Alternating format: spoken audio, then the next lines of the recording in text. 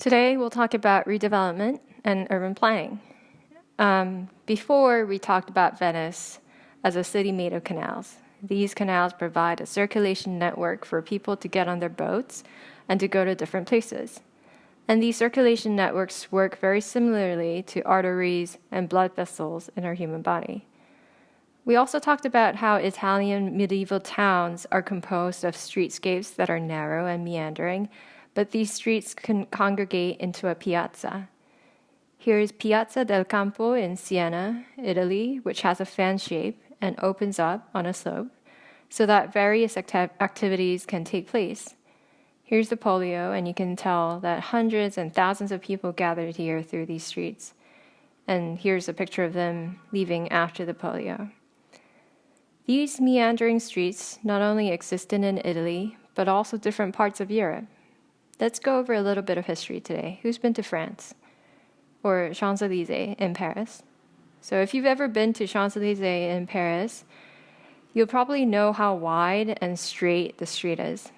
The Champs-Élysées is known to be a luxury shopping street with landmarks like the Arc de Triomphe marking the end of it. And here it is in bird's eye view. Can you guys notice anything strange about the layout of the city by looking at this photograph? Let me give you a hint. Think about the Italian streets that we just looked at. So Paris is a city that emerged in 259 BC with the Parisi, which was a Celtic tribe that settled on the Seine River, which flows through Paris today.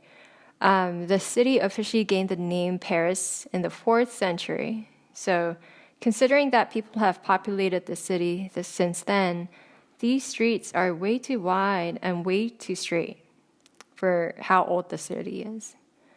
If we look at old photographs of Paris, it mimics very much how the Italian streets are today, tall and narrow with little light coming through the streets. So how did this change into what we see in Champs-Élysées, Paris today? Napoleon III commissioned George Eugene Haussmann, whose name is coined with the term Haussmannization. If you have ever watched Les Miserables, you'll know that the streets of Paris were often tight and narrow before the 1850s. Streets were marked by narrow and tall buildings that casted shadows onto the street.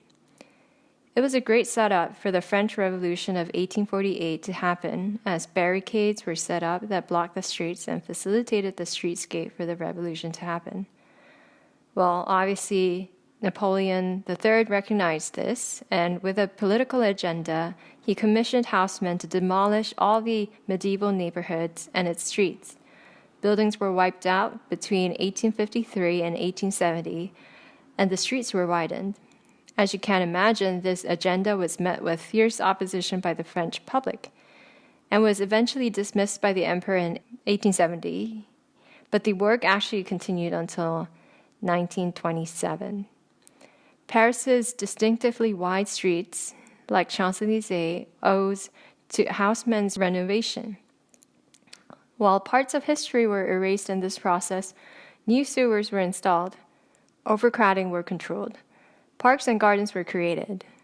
And with such efforts, crime, unrest, and disease were also consequently more able to be controlled in the center of Paris. It was an attempt to modernize the city. With the widening of streets, transportation increased and allowed the city to grow. Paris doubled in size by the 1860s, even though criticism mounted on this political agenda. Now, there's a city in the States that was modeled after Paris's Haussmannization. Can you take a guess on which city that was? It was Washington, D.C. You can tell that modeling a capital city after Haussmannization came in very handy to have these streets establish vantage points with landmarks and important statues throughout the city. Streets in DC not only serve as pathway for cars and people to go from point A to Z, but also to create perspectives. There is you, the statue that you're looking at, and the landmark behind you. There's a sense of civil order. And not only DC, but also other cities, not only in Europe and in the US, but also in Asia, the Middle East, and throughout the globe go through periods of urban planning and redevelopment. People gather, towns emerge naturally. Those towns and the streets of those towns are often narrow and circumnavigating, although it provides life to many of its inhabitants. And then a higher political or social agenda comes in to wipe out and redevelop that town. We see this today. It's called gentrification. So when we go to Boston, Somerville is one of those examples of gentrification. The MBTA Green Line expansion happened. It actually just got completed earlier this year, but you see here in the map how the Green Line only stopped at Lechmere and then it extended out. It was proposed to get extended out. So there were a lot of unions and protests against this expansion and called the MBTA Green Line expansion a gentrification line. And here's a photo of Lechmere before and after the Green Line expansion. This photo that you see here is on the edge of Somerville and East Cambridge, and it's called the Cambridge Crossing Project. You can tell, obviously, the difference before and after the Green Line expansion. There's a huge amount of people that have moved out and then moved in as the Green Line expansion has happened.